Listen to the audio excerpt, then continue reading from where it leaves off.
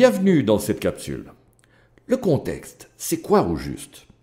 Si tu prends la définition du Larousse, c'est un ensemble de circonstances dans lesquelles se produit un événement, se situe une action. C'est quand même un peu vague. Mais si tu regardes ces synonymes, cela peut être le cadre, le climat, l'environnement, la situation, l'ambiance, l'atmosphère, etc. Cela s'améliore, mais ce ne sont pas exactement les meilleurs. Pour ton projet, nous dirons le contexte c'est tout ce qui peut l'influencer d'une manière positive ou négative, que ce soit sur sa structure, son fonctionnement, ses livrables, son budget, ses résultats et même son impact. Pour mieux observer et gérer ces influences, tu peux diviser ton contexte entier en 5 niveaux partant de l'intérieur vers l'extérieur.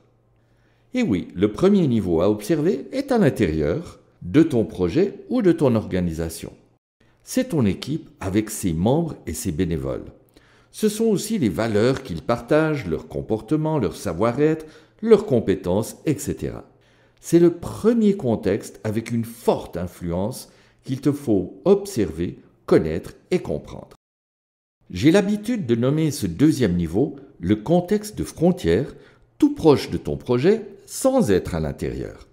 C'est là que tu vas y trouver tes bénéficiaires, tes usagers, les clients de ton projet, ainsi que tes partenaires et tes prescripteurs, et même certains fournisseurs uniques. C'est un ensemble de personnes ou d'organisations avec lesquelles tu vas interagir d'une manière directe et fréquente. Ce troisième niveau, un peu moins influent que le précédent, est communément appelé celui des parties prenantes. C'est à ce niveau que tu trouveras tes parties prenantes avec lesquelles tu entretiendras une relation assez régulière, telles que ta banque, tes fournisseurs ou des personnalités publiques.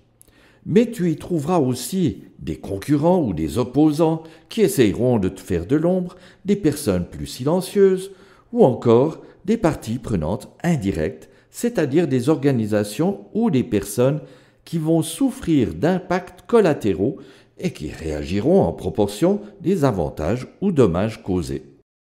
Dans ce quatrième niveau d'influence, elles sont plus diffuses, car on ne parle plus de personnes ou d'organisations spécifiques.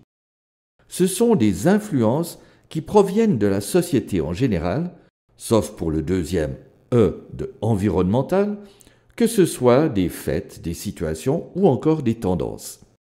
Cette classification a évolué au fil du temps et a passé de 4 catégories, le modèle PEST, ensuite à 5, puis à 6 catégories, la classification PESTEL, politique, économique, sociale, technologique, environnementale et légale.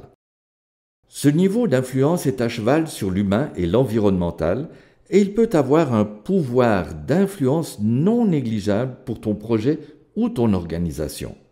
Il y a des influences à long terme sur lesquelles tu ne peux pas agir. Par exemple, l'ensoleillement, la météo, l'altitude ou le dénivelé. Et il y a des influences à moyen terme telles que la démographie, la faune ou encore l'accessibilité par route. Il ne te faut pas oublier que ton projet peut être influencé par plusieurs contextes géographiques.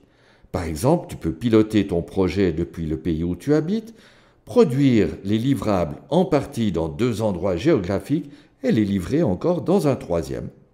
Cela te fera plusieurs contextes qu'il te faudra connaître et auxquels il te faudra t'adapter. Donc, pour analyser ces contextes, tu auras besoin de nombreux outils.